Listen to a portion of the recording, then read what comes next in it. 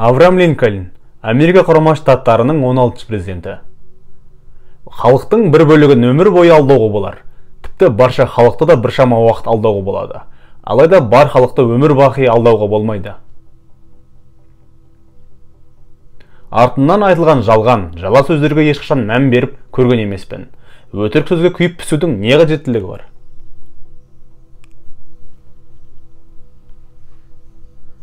Тағдырдың қиыншылықтарына кез келген адам төтеп бере алады.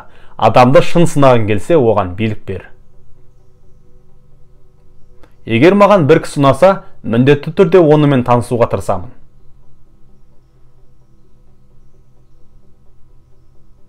Жолдасымызға өзі қолынан келетін істі жасап беру арқылы көмектесу мүмкін емес.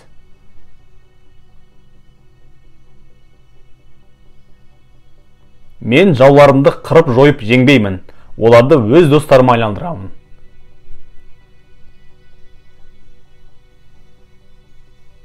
Әкем маған жұмысты сүюді емес, жұмыс істеуді үйретті.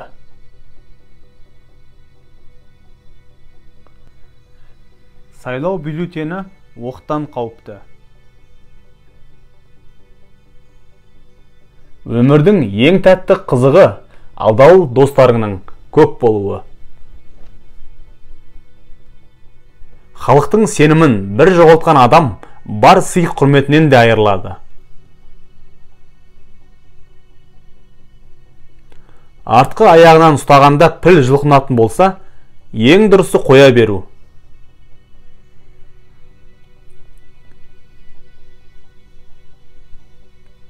Мінез ағаш, абырой оның көлеңкесі.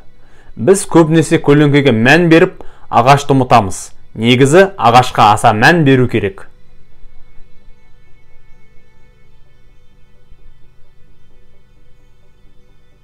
Менің жетістікке жеткенім досымның арқасы. Ол маған сенді. Оның сенімін жерге таптауға дәтім шыдамады.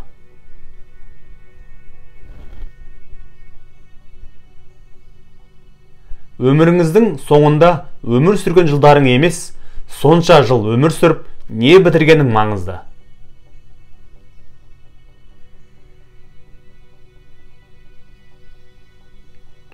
Кім болсаң да адал бол.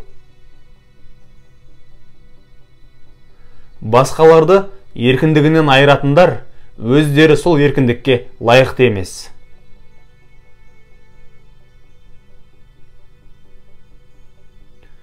Болашақты болжаудың ең дұрыс жолы оны жасау.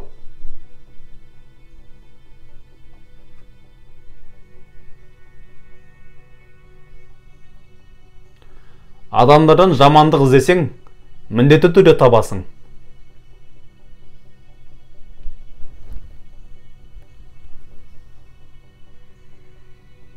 Мен баяу жылжимын, бірақ артыма қарамаймын.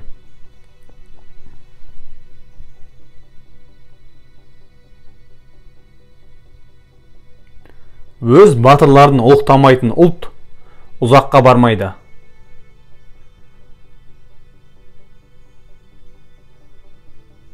Менің ең жақын дос деп санайтыным, маған мен оқымаған кітабымды берген адам.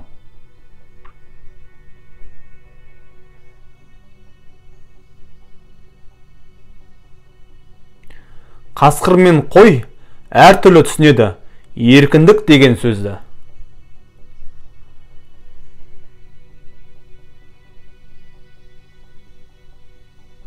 Егер менің ағаш кесуге 8 сағатым болса, 6 сағатын балта қайрауға жұмсаймын.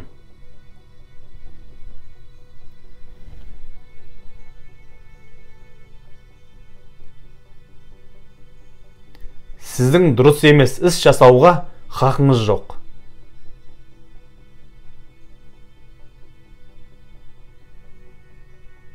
Жаңа іс бастарда жаңаша оймен, жаңа қарқынмен жаса.